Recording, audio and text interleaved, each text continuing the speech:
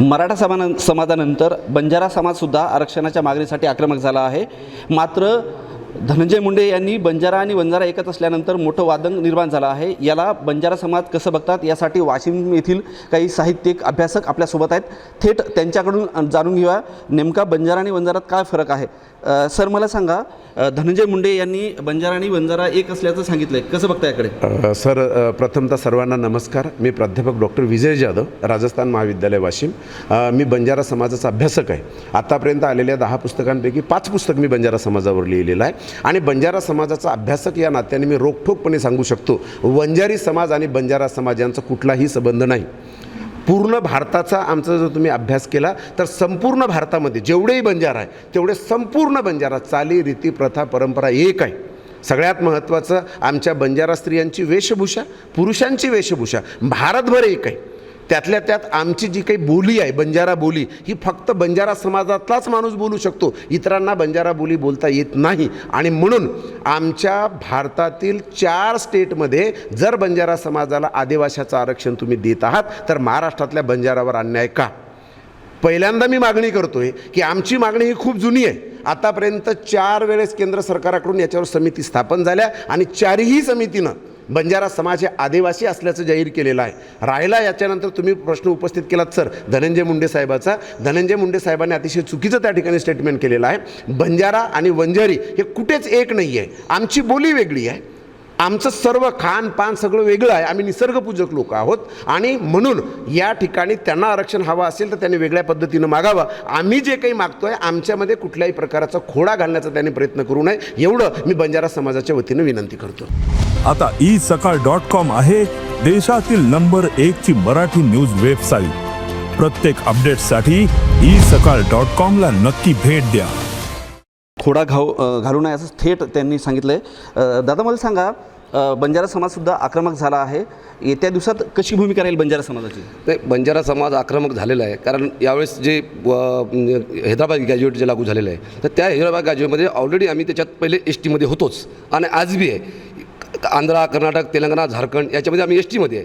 आपले हरियाणा आणि दिल्ली याच्यामध्ये SC आमचे जे नाईक साहेब म्हणतात, जे वसंतराव नाईक यांचे जे जवाई आहेत तो ऑलरेडी हैदराबादमध्ये आपला हरियाणामध्ये तो मंत्री आहे SC। त्याच्यामुळे आमचं जे आरक्षण आहे, आमचं आरक्षण आम्ही दुसऱ्याचं मागत नाही आहे, आमचं आरक्षण आम्हाला यावेळेस द्यायलाच पाहिजे।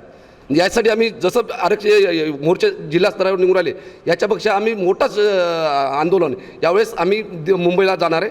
मुंबईला नाही झालं तर आम्ही दिल्लीला पण पोहोचणार आहे, ज्या जंतर मंतर तिथपर्यंत पोहोचणार आहे।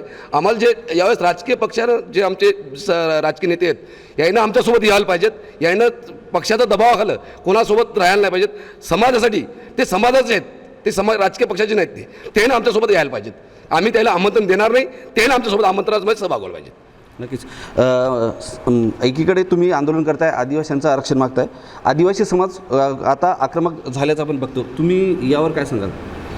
हे बघा, हैदराबाद गॅजेटनुसार आम्हाला जो नियमानं जो आम्हाला जे आरक्षण आहे ते आम्ही मागतो आहे आणि आदिवासी जो आहे आदिवासीचं ऑलरेडी आरक्षण झालेलं आहे, त्यांचं आरक्षणातून आम्हाला कुठलंच काही पाहिजेत नाही।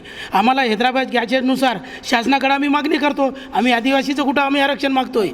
म्हणून आम्हाला जो आदिवासी हैदराबाद गॅजेटनुसार आम्हाला आरक्षण देण्याची भूमिका सरकारनं मांडावी आणि येत्या काळात जो काल लाखोच्या संख्येत मोर्चा झाला, मुंडे साहेबांनं जो वक्तव्य केलं तो चुकीचं केलं। बेटी रोटी व्यवहार आमचं काही नाही, आम्ही सेवालाल महाराजाचे आम्ही समस्त बंजारा बांधव आहोत आणि त्यांना हा वक्तव्य कधीच करू नये।